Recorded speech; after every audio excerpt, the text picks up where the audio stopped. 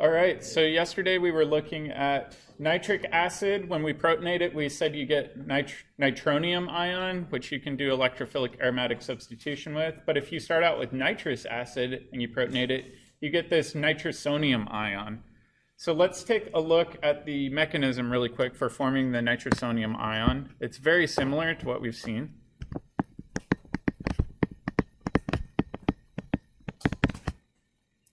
And the mechanism always involves starting with sodium nitrite, so NaNO2.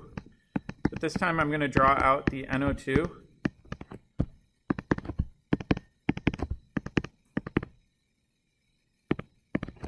I'll do all the lone pairs as well. And then in the next step, we're going to treat this with an acid. Typically the acid that's used is HCl. You don't have to use sulfuric acid. HCl is good enough. So now you've got an intermediate that's protonated. You can do this one more time. Protonate this alcohol again.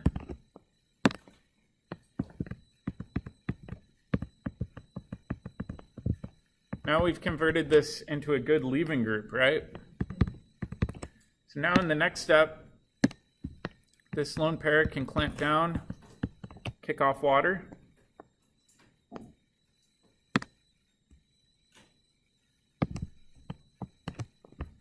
And you end up with this nitrogen-oxygen triple bond where the oxygen has a positive charge. This is that nitrosonium ion that we were talking about. It's very, very electrophilic. All right. Usually when you're using sodium nitrite, you're using this to react with some sort of amine. So let's look at the reaction with amines. Oh.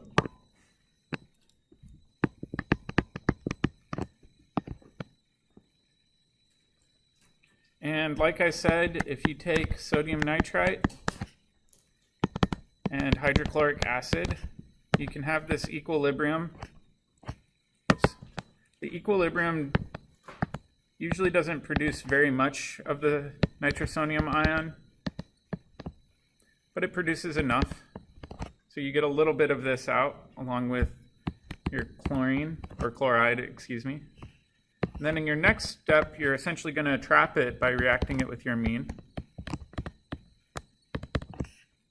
So this amine can attack this nitrogen and kick up electrons to that oxygen. So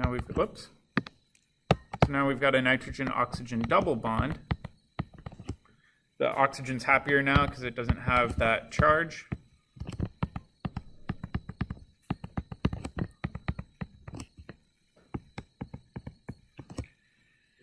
Yep. Sorry to interrupt a little bit. Can you scroll up a little bit with that? Yeah, a little bit more. Yeah, why do you use HCl like twice? Don't you like want to be like a little bit like consistent? Because you just got rid of like, because you use it the first time and then you're saying you're doing it again. Sometimes you don't like us to. Yeah, in this case, this isn't a good enough leaving group to kick off, so you have to protonate it twice to turn it into a good leaving group. That's the main reason it's shown that way. Yeah, hydroxide is not a good leaving group. It's way better if you protonate it twice. Yep. Yeah, normally it's done in excess. You can write excess HCl. It's normally done in bulk aqueous HCl too, which leads us into our next step. If we've got water around, water can act as a weak acid or base. So in this case, it's actually going to act as a weak base. Take that proton back.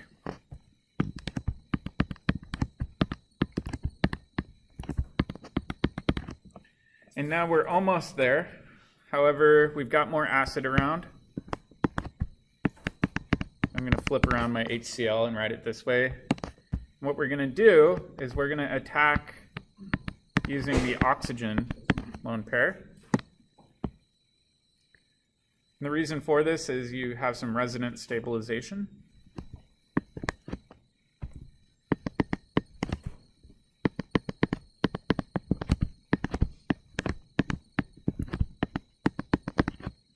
Okay, so now we're at this intermediate. In the next step, what we're going to do is have water act as a weak base.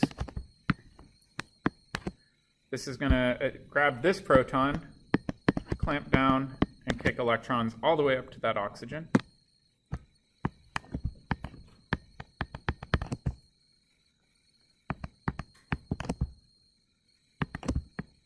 All right, so now we've got this nitrogen-nitrogen double bond. But what we can do next is continue to protonate that alcohol.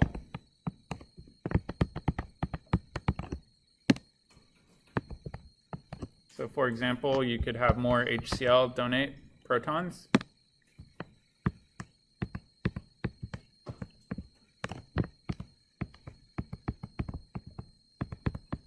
And just like before, this is now a good leaving group. So the whole goal is to kick off this water. And this can actually happen spontaneously because we've got lone pairs off of both of these nitrogens. The nitrogen on the right can clamp down, donate its lone pair, and we can eject off water.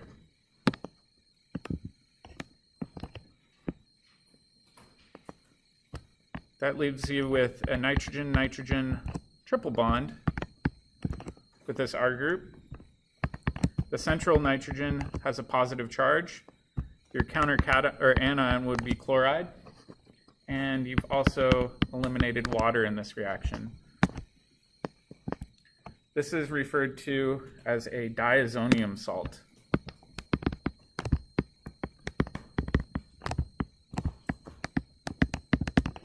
And I'm going to put a note under here to say they can be unstable.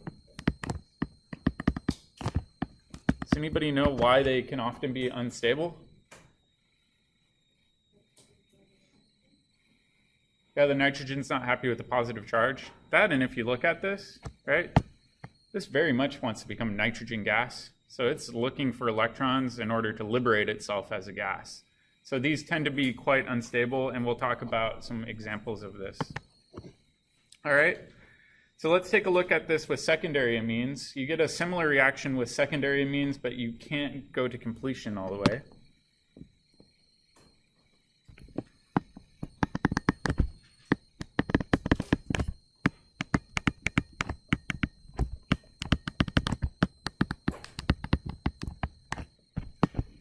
And this is kind of a reaction that gets people riled up. And I'll explain why in a minute.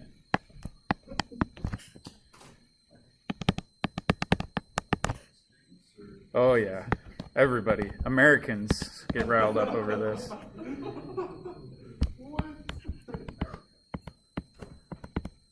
Okay, so now we've made our nitrosonium ion by combining sodium nitrite with HCl. This time though, we're going to have a secondary amine attack in. So this is going to be HNR2, just generic secondary amine. Just like before, it'll attack the nitrogen.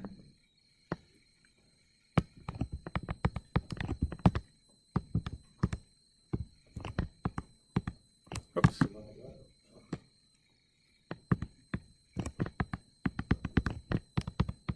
Okay, so we've got this intermediate now, just like before.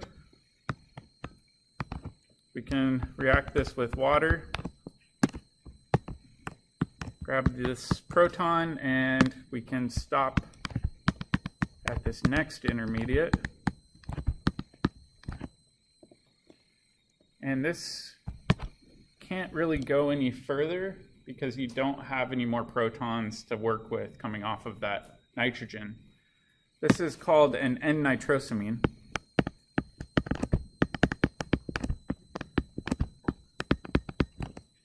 And I'm going to put a note down here that these cause cancer. And the thing that gets people really riled up whenever I talk about this is how many people like bacon here? Ooh. Yeah, right. Usually it's more hands than that, but we got one strong hand up. So oftentimes pork products are treated with nitrites. They're preservatives. However, there are also amines in pork. Those amines will react with the nitrite, and you actually end up with some of these N-nitrosamines. There have actually been studies saying if you eat enough grilled pork products or cured meats, that it actually increases your likelihood of getting cancer. There's not a lot of them in there, so it's something where it's like, do you want to risk it, or do you just want to enjoy life and eat pork? It's kind of a personal decision at that point. I learned about that regardless we're getting cancer because as you get older, so might as well just enjoy it. Yeah, I mean, there's that philosophy of who knows. I mean, I could get hit by a bus when I leave the building, so I'm going to enjoy some bacon. Anyways, I'll show you the other one that's way more problematic. And this one has been studied very extensively. So we've got this heterocycle with pyridine on it.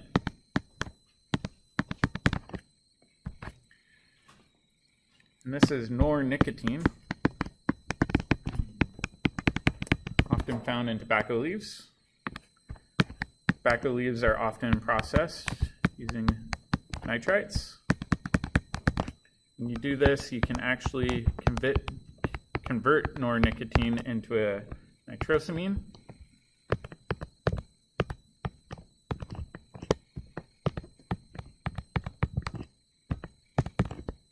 And when you do this, this compound on the right has been linked to cancer, and it's pretty well studied.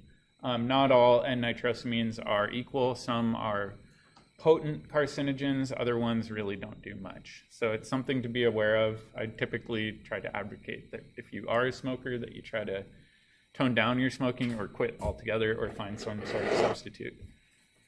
Anyways. Yep, that's my soapbox moment. Let's take a look at some reactions involving the primary amines, because normally our goal isn't to make something that causes cancer. So let's take a look at some reactions with primary amines. But sometimes there are goals that we do. Yeah, maybe. So, whoops. Let's take a look at alkyl diazonium salts.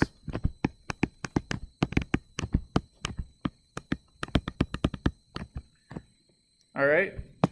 And so let's say we have, I don't know, some sort of compound that looks like this. So it's still a primary amine. We know we can work with primary amines and make diazonium salts. In order to convert this, we would need sodium nitrite and HCl. And if we do this, we can make our diazonium salt. However, this alkyl diazonium salt is not super happy.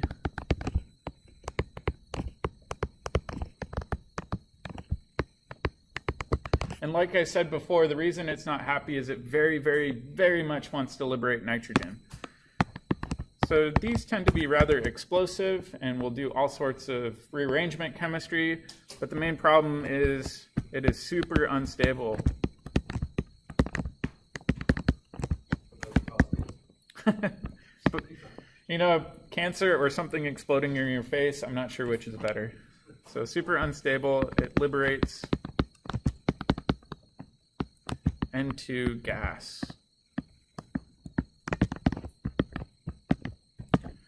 So usually these alkyl diazonium salts aren't used except under very special circumstances, because they tend to decompose rather violently, and that's usually not an ideal goal. However, aryl diazonium salts, where you have an amine coming off of an aromatic ring, those are widely used. So let's take a look at that.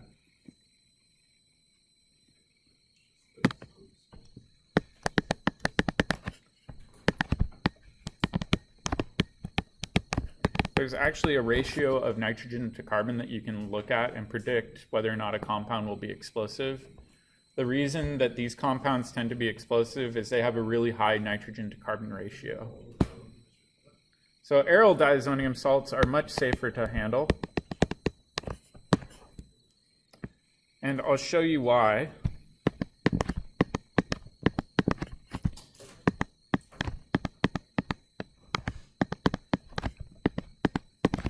This is a lot more stable due to the extended conjugation, and they're very powerful intermediates, because what you can do is you can swap off the diazonium for things like a halogen. So you can swap it off for a chlorine or a bromine or an iodide.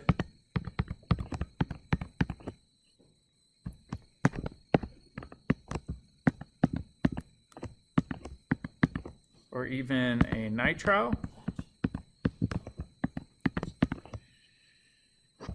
And the easiest way to do this is to react it with a copper salt. So the first one would be a reaction with copper chloride. Second one would be copper 1 bromide. Third one would be copper 1 iodide, not bromide. And then the last one would be copper cyanide. And if you remember, we can make these diazonium salts pretty easily. So for example, if I have aniline,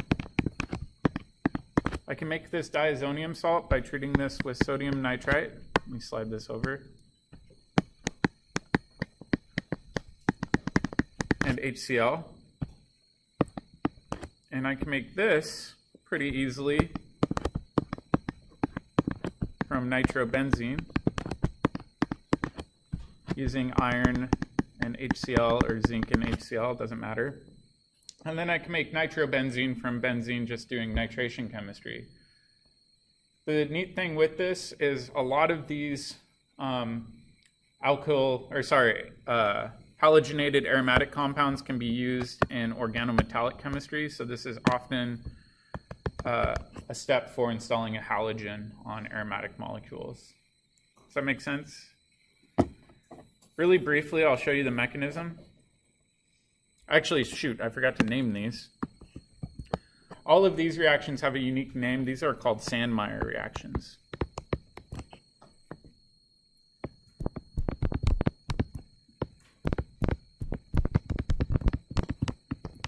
And they're pretty popular still.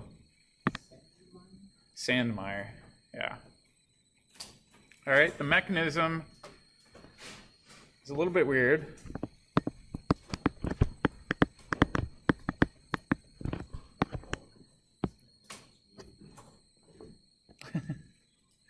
All right, step one. So you have your diazonium salt essentially decompose on its own. And what will happen is one electron will get dumped over to this nitrogen. The second one will get dumped over to the aromatic ring. So this is homolytic cleavage.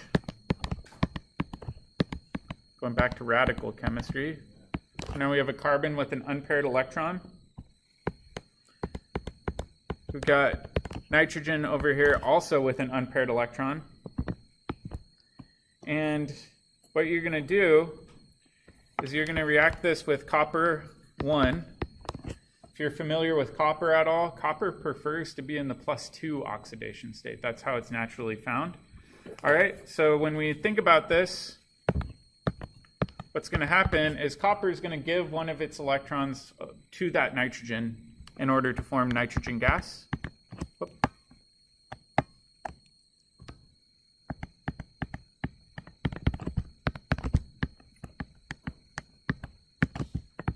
And then you end up with copper 2+, which is the natural state for copper to be in. Okay, so now what we're going to do is we're going to work with that radical. This is step 2. So we've got this aromatic radical. Aromatic radicals are a little bit more stable than alkyl radicals, just simply because of resonance.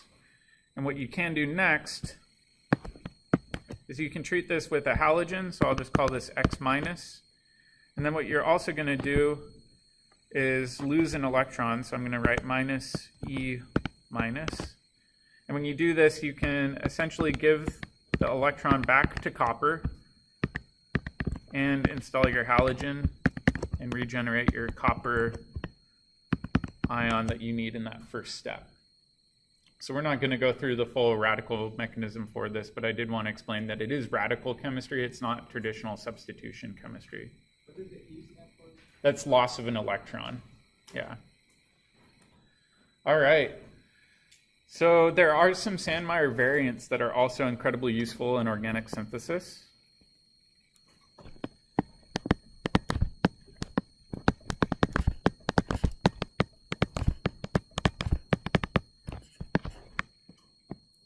And the first one is if you take a diazonium salt like this, and you treat it with water and just crank on it for a while with heat, you can actually turn it into a phenol.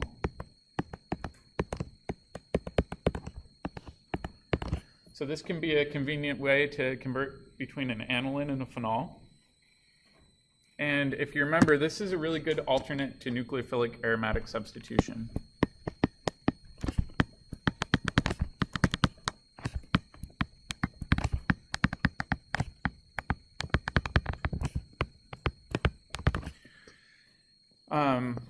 And elimination addition. I should include both of them.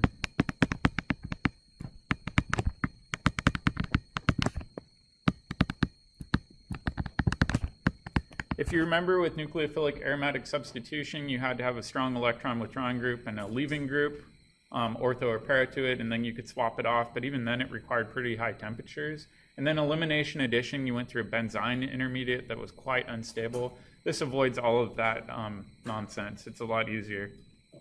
All right, so that's one variant that's pretty useful. The other one still involves a diazonium salt.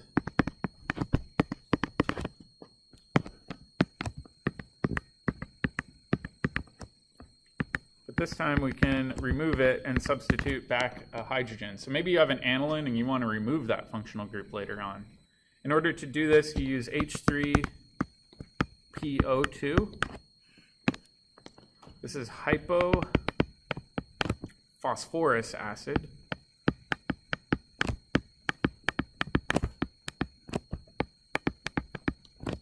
And so, for example, maybe you want an aniline on there in order to direct your reagents into ortho or meta position, but you want to remove it ultimately. You can use this as a tool for plucking off that aniline. It's kind of neat. All right, so I've got a problem for you to consider.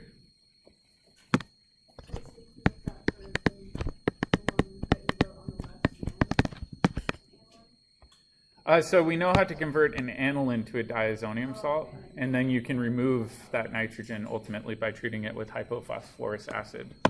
So I'll show you the challenge. This is a good synthesis problem. What's that? The old pod? I removed it from Canvas, so we'll get to it when we get to it. Sorry. Really? Yeah. You did all that work for nothing? That was good practice. It's like saying I went on a jog and I still ended up back at home.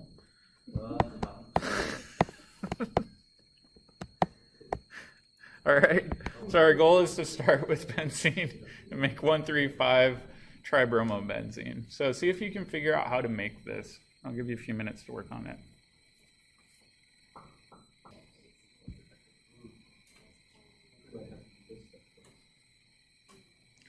All right, let's try to do this as a group. All right, so what we're going to do first is nitrate it. We can't make an aniline directly, so I'm going to do HNO3, H2SO4. I'm going to add on my nitro group. Doesn't really matter which carbon you do. And then I can convert this to an aniline pretty quickly by treating this with HCl, and I'll pick zinc this time. Doesn't really matter. It could be iron, could be zinc, it could be reductive conditions using palladium on carbon. And then in the next step, I'm going to treat this with NaNO2 and HCl. Oops, sorry, I'm skipping steps. Oh my goodness. All right, next step we'll do bromination before we do any of that. So this time I'll do Br2 and XS along with iron tribromide.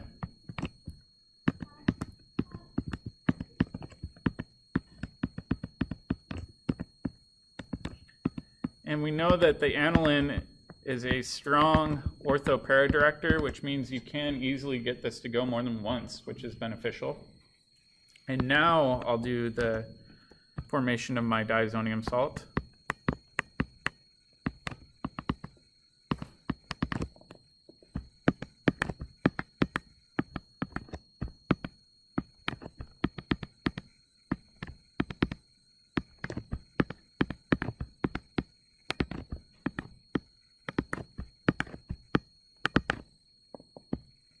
And then last but not least, we can get to our final product by removing the diazonium salt. And in order to do that, we need the special reagent, the hypophosphorus acid, which is H3PO2. So this can be used as a useful directing group and then can ultimately be removed. It's kind of like the blocking group that we saw in that previous chapter. Yep. So should we use, instead of converting it from the nitro group to the analyte, could we have gone ahead and brominated to those positions there, and then... So you're talking about brominate at this step? Mm-hmm. So if you brominated there, you would potentially get meta, or you would get meta, Yeah. but that's not entirely what we want. But if we did that twice, then we turn it into diazonium salt, and then use the reaction would just look... Oh, I see what you're saying. So you're saying purposely brominate here and here, convert that then to the aniline, and then do a Sandmeyer reaction? Yeah, you could do that as well. So there's a few different routes you could do. Yeah, that's clever. I didn't even think of that. All right. So we do have about 5 more minutes, so I did want to see if we can sneak in this last reaction, because you need this for your pod. And Azo coupling is pretty straightforward. I'm just going to start out with my nitrosonium ion. We know we can make that from sodium nitrite and HCl. And what you're going to do is you're going to treat this with an aniline. And just like before, we can kick up electrons to that oxygen.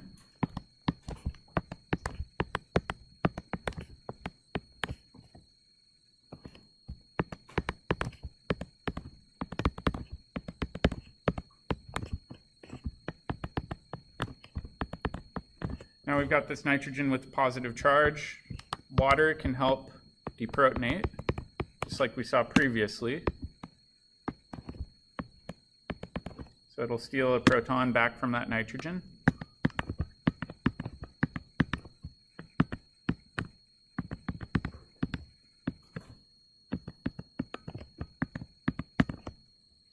And then in the next step, you're going to protonate the carbonyl, just like we saw before.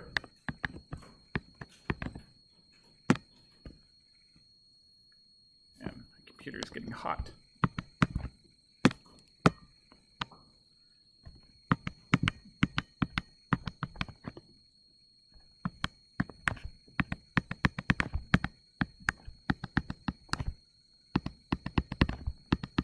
Okay, so now this oxygen's got a positive charge.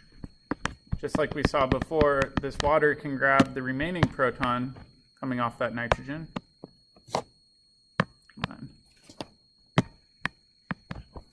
This can clamp down, kick up electrons to that oxygen.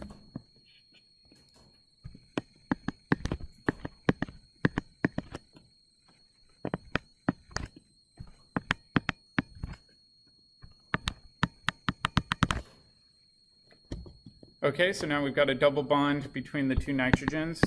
If we have more HCl around, we can protonate that OH one more time. Shoot. Come on. Apologize, my computer I think is starting to overheat.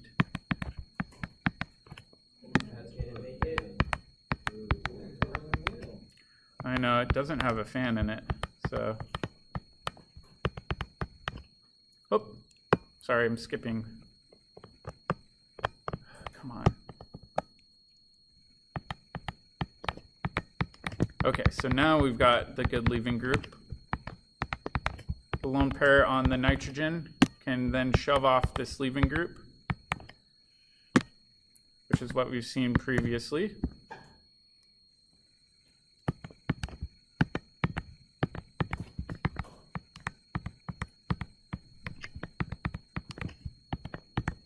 That results in your diazonium salt. And now what you can do is you can react this with a new aromatic molecule, and I'm going to color code this blue. Whoops. And typically this has an electron donating group.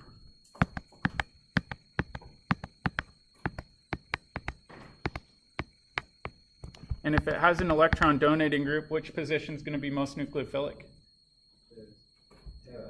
Yeah, ortho or para. So this can attack in to the nitrogen. The pi bonds that attack it. Yeah, the carbon or the pi bond, it doesn't really matter because you're going to break aromaticity when you do it.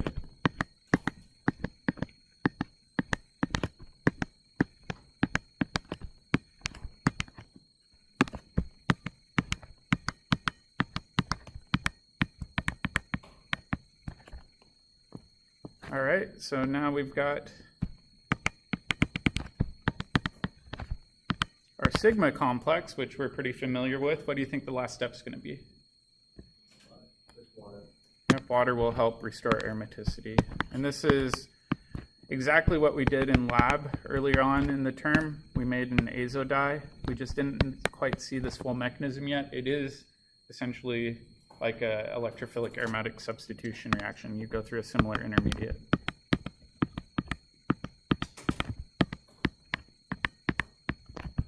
And if you remember, the reason why these are so popular is they tend to be quite colorful. So they're used in a lot of dyes, both synthetically and for laboratory uses. But the key is that coupling partner is usually something that's got an electron donating group, so it's the best nucleophile possible to attack into your diazonium salt. Yeah, absolutely. Both rings can be functionalized. I just tried to keep it simple. So it's important to try to remember that your coupling partner later on should be electron rich, though. So try to choose wisely. All right, that's where we'll stop. I believe you have enough to do the pod now, but if you have any questions, feel free to email me or stop by tomorrow. Yeah, just